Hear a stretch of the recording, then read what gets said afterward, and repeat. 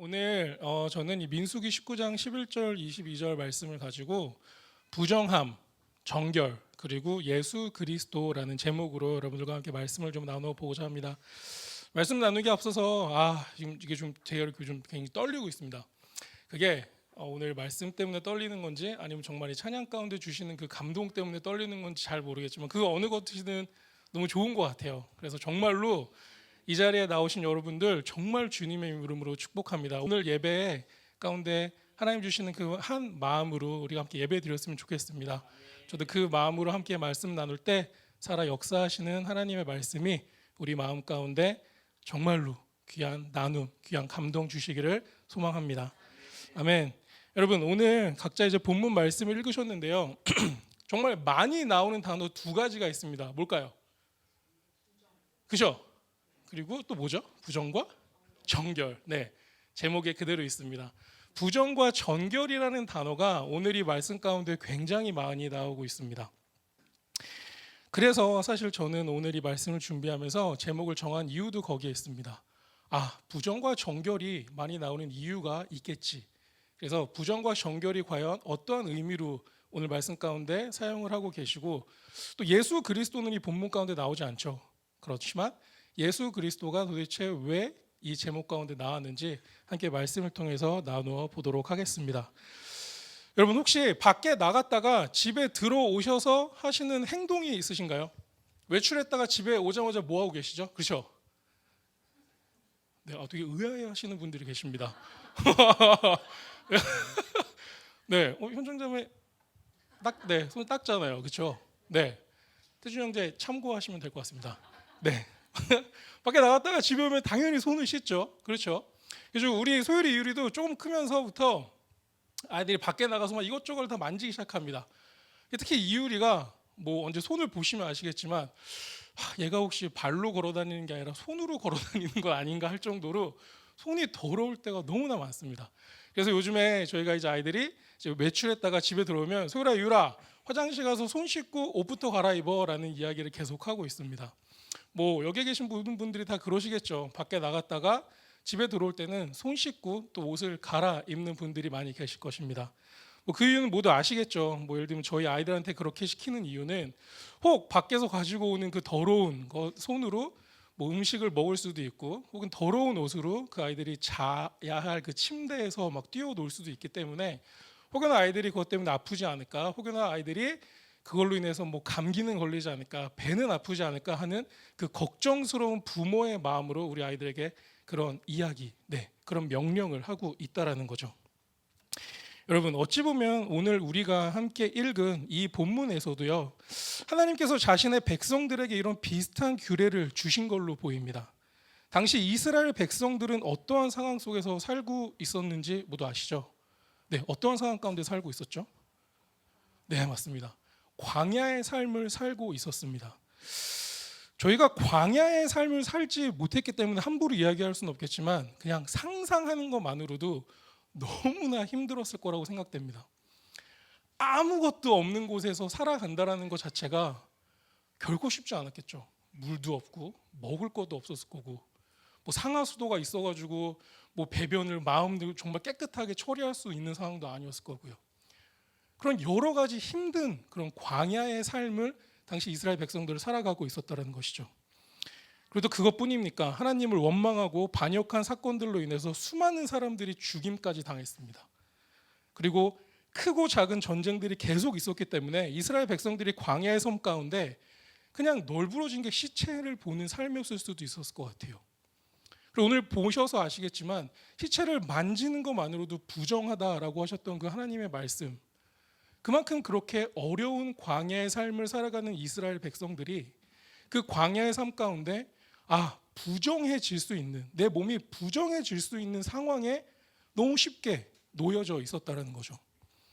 하나님은 그 백성들을 그냥 보시고 계시지 않았다는 것입니다. 그들이 혹여나 그 부정한 모습에서 정결해지는 그 모습, 부정한 모습에서 정결해지기 위해서는 여러 가지 일들이 필요했죠. 그들이 해야만 하는 그 무언가가 있었다는 것입니다. 하지만 너무나도 자주 부정해지는 모습들을 통해서 혹여나 그들이 정결해지는 것에 대해서 조금 마음을 놓고 있진 않았을까라는 생각도 듭니다. 그냥 지나가는 시체를 만졌을 뿐인데 7일 동안 부정하다라는 그 하나님의 말씀. 그만큼 그들은 부정할 수 있는 상황에 놓여져 있었다는 거죠. 뭐 작게는 위생적인 부분에서 시작해서 또 조금 더 넓게는 공동체 전체에 부정적인 영향들을 주게 될 수도 있는 그런 상황 가운데 이스라엘 백성들을 살아가고 있었다는 것이죠. 그래서 하나님께서는 어제 목사님 3분 메시지를 통해서 우리에게 또 주셨던 말씀이기도 한데요. 바로 붉은 암송아지와 백향목, 또 우슬초, 홍색실을 태워서 만든 잿물을 알려주셨죠. 그리고 이를 이스라엘 백성들을 향한 속죄제라고 말씀하셨습니다. 그리고 이 잿물, 즉 속죄제를 어떻게 사용하는지를 알려주는 것이 바로 오늘 본문에 해당하는 내용입니다. 여러분, 사실 이 속죄제를 알려주시는 하나님의 말씀 속에는 우리를 향한 하나님의 배려와 사랑이 사실은 보입니다. 왜냐하면 모두 아시는 것처럼 구약시대 당시에는 부정함과 죄를 씻기 위해서는 항상 흠없는 짐승을 제사를 올려드려야만 내 죄가 씻겨지는 그런 상황이었죠. 아까 말씀드린 것처럼 광야 생활은 너무나도 쉽게 부정할 수 있는 그 상황에 노출되었기 때문에 매번 내가 죄 짓고 부정해질 때마다 흠없는 짐승을 갖고 왔어야 됐고, 제사장들은 또 그거를 가지고 함께 제사를 올려야 되는 그런 여러 가지 어려운 상황들을 맞이하고 있었다는 거죠. 그래서 하나님께서는요, 백성들을 배려하고 사랑하는 마음으로 이 잿물을 부정한 자에게 뿌리기만 하면 되는 걸로 그 절차를 확 줄여 주셨다는 거죠. 하나님 보시기에 백성들이 너무나도 불쌍해 보였고 그들을 사랑하는 마음으로 인해서 그 절차, 부정함에서 정결해지기까지의 그 절차를 확 줄여 주셨다는 겁니다. 붉은 암송아지를 태운 그 재와 물만 섞어서 뿌리기만 하면 부정함에서 정결함으로 변화될 수 있는 너무나도 쉬운 하나의 방법을 하나님께서는 만들어 주셨다는 사실입니다. 여러분, 이러한 배경을 가지고 오늘 본문 말씀 간단하게 한번 살펴보도록 하겠습니다. 11절, 12절 함께 볼까요? 자, 읽어드릴게요. 사람의 시체를 만진 자는 이래 동안 부정하리니 그는 셋째 날과 일곱째 날에 잿물로 자신을 정결하게 할 것이라. 그리하면 정하려니와 셋째 날과 일곱째 날에 자신을 정결하게 하지 아니하면 그냥 부정하니. 아멘. 자, 사람의 시체를 만진 자에 대해서 이렇게 얘기하고 있습니다. 사람의 시체를 만진 자는 이래 7일 동안 부정하다라고 하십니다. 그리고 그 시체를 만진 부정한 사람은 셋째 날과 일곱째 날에 아까 말씀드렸던 그 붉은 암송아지를 태워서 만든 재와 물로 섞은 그 잿물로 자신을 정결하게 하라고 말씀하고 계십니다. 그렇게 하면 정하려니, 깨끗하게 된다라는 사실이죠. 셋째 날과 일곱째 날에 자신을 정결하게 하지 아니하면 그냥 부정한 상태로 계속 살아갈 수밖에 없다라고 하나님 말씀하신다는 거죠. 그리고 사실 13절이 더 중요합니다. 자, 누구든지 죽은 사람의 시체를 만지고 자신을 정결하게 하지 아니하는 자는 여호와의 성막을 더럽힘이라. 그가 이스라엘에서 끊어질 것은 정결하게 하는 물을 그에게 뿌리지 아니함으로 깨끗하게 되지 못하고 그 부정함이 그대로 있음이니라. 아멘. 여러분, 그렇게 하지 않을 경우에 어떻다고요? 자, 자신을 정결하게 하지 아니하는 사람은 여호와의 성막을 더럽히게 되고 또 더 나아가서 이스라엘에서 끊어져 버리는 삶을 살 수밖에 없다라고 하나님께서 말씀하신다는 사실입니다. 내가 시체를 만졌는데 셋째 날과 일곱째 날에 그 잿물을 나에게 뿌리지 아니하는 정결한 모습으로 나아가지 않는다면 여호와의 성막을 더럽히게 되고 더 나아가서 이스라엘 백성으로 더 이상 살아갈 수 없게 된다라고 하나님께서 말씀하신다는 거죠. 여러분, 이 말씀은 결국 물론 개인의 부정함을 씻고 정결해지기를 원하는 하나님의 마음으로 우리는 볼 수 있을 것 같습니다. 그런데 여러분, 어떻게 보면 사실 이 말씀이 우리 교회 공동체를 향한 하나님의 경고라고도 볼 수 있을 것 같습니다. 자, 우리가 죄에 대해서 어떠한 태도를 가지고 있는지를 살펴볼 필요가 있다는 것이죠. 우리 스스로가 짓는 죄가 그냥 나로 끝나는 것이 아니고 여호와의 성막, 즉 예수님의 몸된 교회를 더럽히게 될 수도 있고요. 더 나아가 공동체 원으로 살아갈 수 없게 만든다는 것. 내가 그 공동체원으로 살아갈 수 없게 만든다는 것은 그 결국 그 공동체를 와해하게 만드는 상황에 처해질 수도 있다는 것이죠. 뭐 때문에요? 내가 짓는 죄와 그 부정한 모습으로 인해서 예수님의 몸된 교회를 우리가 망가뜨릴 수도 있고 아름다운 공동체를 무너뜨릴 수도 있다라는 그 경고의 말씀이 13절 가운데 우리들에게 주시는 말씀이라고 믿고 있습니다. 여러분, 죄라는 것이 참 무섭습니다.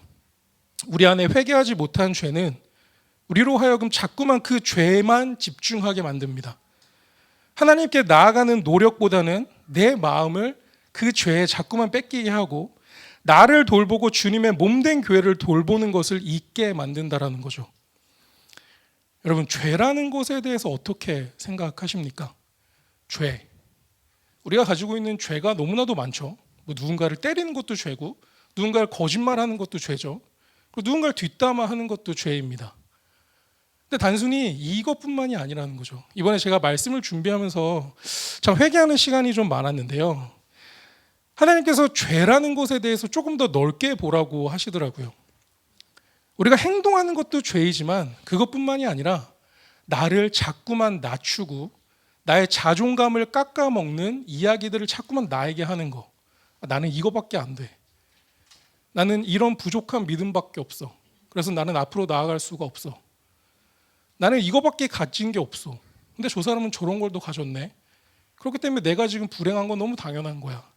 라는 그런 비판 섞인 이야기들. 결국 그런 비판 섞인 이야기들이 자꾸만 나의 자존감을 낮추고 나의 모습을 자꾸만 깎아먹고 있다는 거죠. 하나님 보시기에 그것은 결코 행복한 모습이 아니라는 사실입니다. 죄라는 것을 하나님이 원하지 않는 행동을 하는 것을 죄라고 우리가 정의한다면 이건 역시도 하나님 보시기에 죄의 모습으로 보진 않으실까라는 생각을 하게 되었습니다.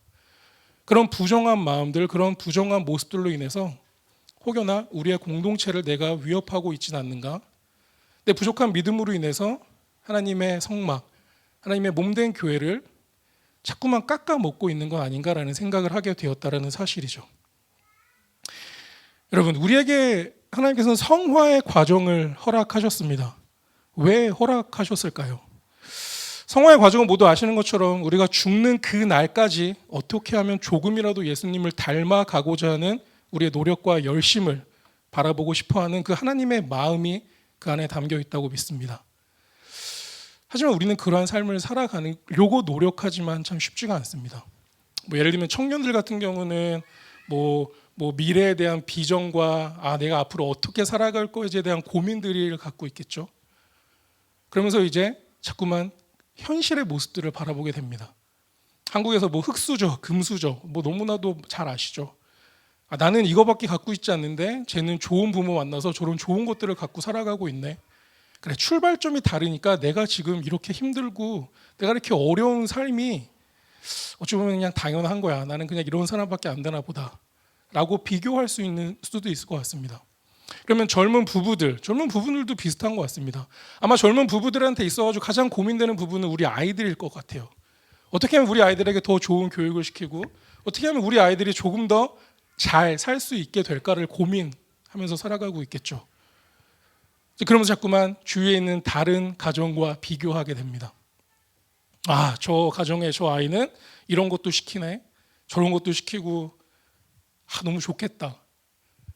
하지만 정작 하나님께서 우리 가정 가운데 주신 것은 바라보지 못하고 있다는 것이죠. 자꾸만 남들과 비교하고 자족하지 못하는 그런 비판의 모습들, 그런 부정함의 마음들이 우리 안에 살아있을 때 하나님께서는 이 말씀, 정결해지지 않는 자의 모습은 혹여나 우리의 모습이 아닐까라는 생각을 좀 하게 됩니다. 하나님께서는요, 하루 속히 부정의 모습에서 정결의 모습으로 바뀌길 소망하고 계십니다. 그래서 속죄죄, 빨리 너의 죄를 털고 정결한 모습으로 나아가기를 바라는 그 속죄죄를 주신 이유가 바로 거기에 있다는 것이죠. 우리를 향한 하나님의 배려와 사랑의 모습들을 우리가 이 말씀을 통해서 좀 발견하는 시간이 되기를 소망합니다.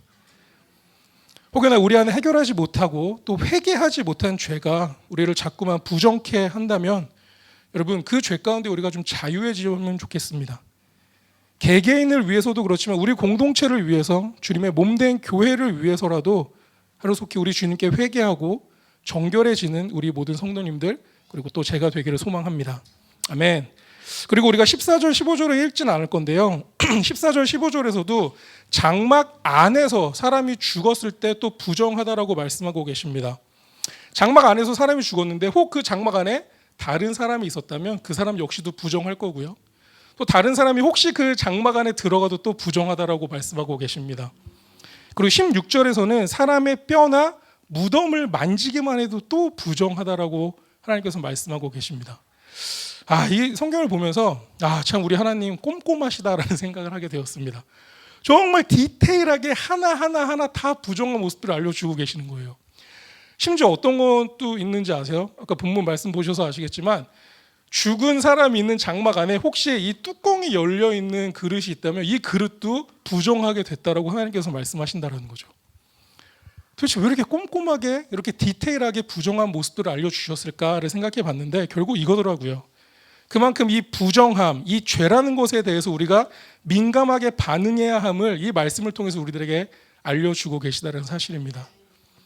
결코 죄 가운데 우리가 우습게 보고 넘어가면 안 된다는 것이죠.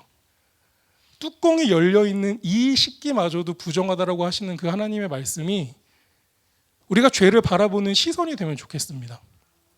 혹여나 우리 마음 가운데 부정한 모습들, 우리 마음 가운데 있는 그런 죄 많은 모습들이 오늘 이 말씀을 통해서 우리 스스로를 좀 발견하고 정말 그 죄 가운데 자유해서 하나님 앞으로 한 걸음 더 나아가는 시간이 되기를 소망해 봅니다. 아멘. 그리고 이제 17절, 19절, 또 17절, 10도 통해서 19절까지 어제 우리가 배운 그 붉은 암송아지를 태워서 만든 그 잿물을 어떻게 사용하시는지 사용법에 대해서 하나님께서 말씀하고 계시는데요. 17절 한번 읽어드릴게요. 그 부정한 자를 위하여 죄를 깨끗게 하려고 불사른 재를 가져다가 흐르는 물과 함께 그릇에 담고, 자, 이해하셨죠? 현정자매 이해하셨죠? 네. 물 속에 흐르는 물을 그릇에 담고 재를 넣으라는 거죠. 자, 그 다음에 정결한 자가 우슬초를 가져다가 그 물을 찍어 장막과 그 모든 기구와 거기에 있는 사람들에게 뿌리고 또 뼈나 죽임을 당한 자나 시체나 무덤을 만진 자에게 뿌리되. 자, 여기서 약간 좀 복잡해집니다. 하지만 쉽게 생각하세요. 자, 정결한 자가 있습니다. 부정한 자가 여기 있으면 정결한 자가 여기 있다는 거죠. 그래서 하나님께서 정결한 자가 우슬초라는 것을 가져다가 재와 물을 섞은 그 물을 찍어서 장막과 모든 기구와 거기에는 사람에게 뿌리라는 거예요. 그 뿌리면 어떻게 된다고요? 정결케 된다는 거죠. 그 말씀을 하고 있다는 거죠. 여러분 혹시 우슬초가 뭔지 아세요? 우슬초. 사모님 우슬초가 뭔지 아십니까? 우슬초 들어보셨나요? 네, 권사님 다 아시죠? 우슬초라는 게 처음 듣는 사람들은 와 이거 뭐 대단한 건가? 네, 정결하게 하는 어떤 기구인가? 라고 생각할 수 있습니다. 그런데 이 우슬초가요 이거더라고요. 그죠? 별거 아니에요. 우리 집 앞에도 이런 거 되게 많이 봤던 것 같아요. 여러분 이 우슬초라는 단어를 보면서 아까 우리가 느꼈던 하나님을 우리를 향한 백성들을 향한 사랑과 배려심을 우리는 바라볼 수 있습니다. 이 우슬초가 이 지역에 그냥 널린 게 우슬초라는 거예요. 자, 그 얘기는 뭐냐면 흐르는 물도 특별한 물이 아닙니다. 우슬초라는 게 어느 특정 지역에 가서 갖고 와야 하는 특별한 꽃이 아니라는 거예요. 자, 그 얘기는 뭐냐면은 하나님께서 결국 그 마음 하루라도 빨리 조금이라도 빨리 너가 그 부정한 모습에서 정결한 모습으로 바뀌기를 바라는 그 하나님의 사랑과 배려가 이 우슬초 가운데 또 드러난다는 사실입니다. 그냥 주위에 있는 거 빨리 해서 잿물에다가 찍어서 뿌려. 그거를 원하신다는 것이죠. 그만큼 하나님 보시기에 부정한 모습들, 그만큼 하나님 보시기에 죄 많은 모습들을 하나님은 용납하고 계시지 않는다는 사실을 이 우슬초를 통해서도 우리는 알 수 있다는 사실입니다. 여러분, 참 저는 이 말씀들을 보면서 우리를 향한 하나님의 그 정말 디테일함, 우리를 향한 하나님의 그 사랑하심이 정말 디테일하다라는 것을 좀 생각하게 됐습니다. 하지만 그럼에도 불구하고 20절에서 다시 한번 우리들에게 경고하고 있으십니다. 네, 20절에서 한번 볼게요. 20절 말씀. 사람이 부정하고도 자신을 정결하게 하지 아니하면 여호와의 성소를 더럽힘이니 그러므로 회중 가운데서 끊어질 것이니라. 그는 정결하게 하는 물로 뿌림을 받지 아니하였은즉 부정하니라. 아까 어디 구절에서 비슷하죠? 13절 말씀과 똑같습니다. 사람이 부정한 사람이 자신을 정결하게 하지 아니하면 어떻게 된다고요? 여호와의 성소를 더럽히게 되고 그러므로 회중 가운데서 끊어질 것이니라 라고 경고하고 있습니다. 하나님의 사랑과 배려. 하지만 그럼에도 불구하고 하나님께서는요, 우리들에게 이렇게 경고하고 계시다는 사실이죠. 너가 가지고 있는 그 정결하지 못한 모습들, 너가 가지고 있는 죄 많은 모습들을 하루라도 속히 빨리 내려놓고 정결한 모습으로 나아가라라고 우리에게 말씀하고 계시다라는 것입니다. 여러분, 우리 스스로는 얼마나 자주 또 얼마나 솔직하게 이 부정함, 즉 죄에 대해서 스스로를 바라보고 계십니까? 또 정결케 하기 위해서 얼마나 많은 노력들을 하고 계십니까? 왜냐하면 그 과정이 우리 스스로뿐만이 아니라 앞서 말씀드린 것처럼 우리의 공동체에도 너무나도 큰 영향을 끼치기 때문입니다. 여러분, 마치 코로나 때 감염자와 접촉을 했다는 것만으로도 간접 접촉자가 돼서 집에 있어야만 했어요. 그렇죠? 그래서 검사를 하고 음성이 나와야지만 자유롭게 밖으로 나갈 수 있었습니다. 그때 우리가 가지고 있었던 두려움과 공포는 언제 어디서 어떻게 내가 바이러스에 감염될지 모른다라는 그 공포감이 있었다는 거죠. 참이 죄라는 것이 그런 것 같습니다. 정말 부지불식간에 나를 점령하고 내 눈을 가리고 내 생각과 내 행동을 제한하게 합니다. 그래서 내 말이 좋지 않은 영향을 끼칠 수 있다는 사실을, 그 죄는 우리를 모르게 한다는 거죠. 그 죄로 인해서 내가 하는 행동과 내가 하는 말들, 내가 생각하는 그 모든 것들이 자꾸만 제한하고 자꾸만 비판적으로 나아가게 하고 자꾸만 나를 깎아먹게 한다는 사실이죠. 여러분, 죄라는 게 바로 그런 거라고 이번 말씀을 통해서 하나님께서 주셨던 마음이었습니다. 물론 오늘 말씀들이 우리를 향한 하나님의 경고일 수도 있습니다. 그러나 정결하지 못한 우리의 몸과 마음을 깨끗하게 하라는 경고일 수 있겠죠. 그러나 여러분, 이 텍스트 안에 있는 하나님의 마음을 좀 발견하기를 소망합니다. 제가 소율이 이율이한테 밖에 나갔다가 오면 손부터 닦고 옷부터 갈아입어 라고 하는 그 마음이 아이들이 혹시나 더러운 손을 갖고 집을 더럽게 할까 봐 걱정돼서 한다는 게 아니죠. 이 아이들이 혹시나 아프진 않을까? 이 아이들이 혹시나 잘못되진 않을까 하는 그 마음, 그 부모의 마음이 오늘 말씀을 통한 하나님의 마음이라는 사실을 우리가 좀 알았으면 좋겠습니다. 하나님께서는요, 우리를 정결케 하기 원하십니다. 그 이유가 뭐라고요? 네, 맞습니다. 우리를 사랑하는 그 하나님의 마음이 그 안에 있기 때문입니다. 그리하여서 우리가 정말로 죄 많은 그 모습에서 벗어나 하나님이 원하시는 그 정결한 모습으로 살아가기를 하나님은 이 시간에도 바라고 계시다는 사실입니다. 여러분, 그러나 우리가 노력하지만 우리의 노력이 완전한 우리의 정결함으로 이어질까요? 네, 안 되죠.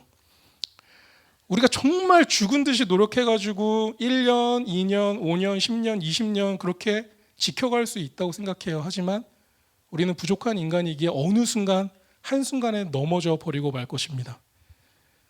여러분, 그래서 우리가 어제 목사님 3분 메시지를 통해서도 말씀하셨지만 오늘 우리가 불렀던 여러 찬양의 가사처럼 우리 예수 그리스도의 보혈의 피로서만 우리는 깨끗함을 받을 수 있다는 사실을 부디 오늘의 말씀을 통해서 우리가 함께 받았으면 좋겠습니다. 여러분, 붉은 암송아지라고 했습니다. 왜 하필 붉은 암송아지일까요? 사시면서 붉은 암송아지 보신 적 있으세요? 저는 붉은 암송아지 못 봤습니다. 자, 그런데 이 붉은, 이 붉다라는 뜻이 결국 피를 의미하겠죠. 온전하여 흠이 없는 붉은 암송아지는 바로 누구죠? 예수 그리스도를 예표하고 계시다는 사실입니다. 자신의 모든 것을 아낌없이 쏟으시고 십자가에 매달려 죽으심으로 우리를 정결케 하신 예수 그리스도를 붉은 암송아지를 통해서 우리에게 보여주셨다는 것이죠. 예수 그리스도의 보혈 외에는 우리를 정결케 할 수 있는 분은 아무도 없다라는 사실을 우리가 믿기를 소망합니다. 노력해야 됩니다. 우리가 죄 가운데 벗어나려고 우리 노력해야 됩니다. 하지만 우리가 그 예수님의 십자가를 믿지 않고 노력한다면 우리는 분명 어느 순간인가 넘어지게 될 것입니다. 그리스도께서 흘리신 그 십자가의 보혈이 아닌 우리의 노력, 우리의 생각, 우리의 경험이 바탕이 된다면 우리는 실패할 것입니다. 그러나 우리를 이미 승리케 하신 예수 그리스도의 십자가를 우리가 의지하고 살아간다면 여러분 우리 삶 가운데 실패란 없을 것입니다. 부디 오늘 이 말씀을 통해서 예수 그리스도의 보혈에 의지하며 살아가는 저와 우리 모든 성도님들이 되기를 소망합니다. 여러분 각자의 삶을 저는 잘 모르겠습니다. 하지만 베드로전서 1장 18절 19절에서 이렇게 우리들에게 도전하고 있습니다. 너희가 알거니와 너희 조상이 몰려준 헛된 행실에서 대속함을 받은 것은 은이나 금같이 없어질 것으로 된 것이 아니요 오직 흠없고 점없는 어린 양 같은 그리스도의 보배로운 피로 된 것이니라. 아멘. 다른 건 없습니다. 여러분 그리스도의 보배로운 피로 우리가 살아가기를 소망합니다. 우리가 이러한 삶 가운데 살아갈 때 우리를 이미 승리케 하신 예수님은 우리가 언제나 함께 동행하실 것이고요. 우리 교회 가운데 언제나 함께 하심으로 인해서 우리 교회가 이 세상 가운데 승리하며 나아갈 수 있는 그 능력을 허락하실 거라고 믿습니다. 부디 이 예수 그리스도의 십자가를 붙들고 그 어떤 상황과 환경 속에서도 믿음으로 승리하며 하나님을 찬양하고 하나님께 영광을 돌리며 살아가는 저와 여러분들이 되기를 진심으로 소망하고 축복합니다. 기도하겠습니다. 사랑의 하나님 감사합니다. 주님 오늘도 저희들의 발걸음을 이 자리 가운데 불러주시고 이 자리 가운데 모여주시게 하셔서 주님의 은혜 가운데 함께 예배하고 주님의 은혜 가운데 함께 말씀 나누게 하심에 다시 한번 감사드립니다. 주님 이 모든 것이 주님의 은혜이고 주님의 허락하심 가운데 있었음이라 고백합니다. 주님 오늘 주님께서 주셨던 그 말씀처럼 예수 그리스도의 보혈의 피만이 저희를 정결케 하신다는 사실을 우리 믿고 나아가기 원합니다. 주님 그 십자가의 믿음을 붙잡고 우리 세상 가운데 나아갈 때 정말 주님이 허락하신 그 승리를 맛보며 나아갈 수 있사오니 저희들에게 주님 언제나 주님 그 보혈의 십자가를 허락하여 주시고 그것을 믿고 나아갈 수 있는 믿음 허락하여 주시옵소서. 각자 상황은 잘 모르겠지만 매일의 삶 가운데 정말 쉽지 않은 삶을 살아가고 있습니다. 하지만 주님 그럼에도 불구하고 우리가 부정한 모습에서 정결한 모습으로 변해가기를 원하는 그 하나님의 마음이 우리 마음 가운데 함께하여 정말 아버지 정결케 하시는 그 예수님의 모습, 우리를 정결케 하시는 그 예수 그리스도의 십자가의 보혈로 인해 정말 아버지 우리 주님 한 걸음 더 주님께로 나아가는 시간들 될 수 있도록 주님 저희들과 언제나 함께 하시고 언제나 동행하여 주시옵소서. 그리하여서 주님 뜻 이루며 나아가는 우리 더일 철치가 되기를 원하오니 여기에 모임 주님의 귀한 성도님들 한 분 한 분에게 주님의 지혜와 주님의 능력 허락하여 주시옵소서. 이 모든 말씀 언제나 함께 하시 예수님의 이름으로 기도드리옵나이다. 아멘.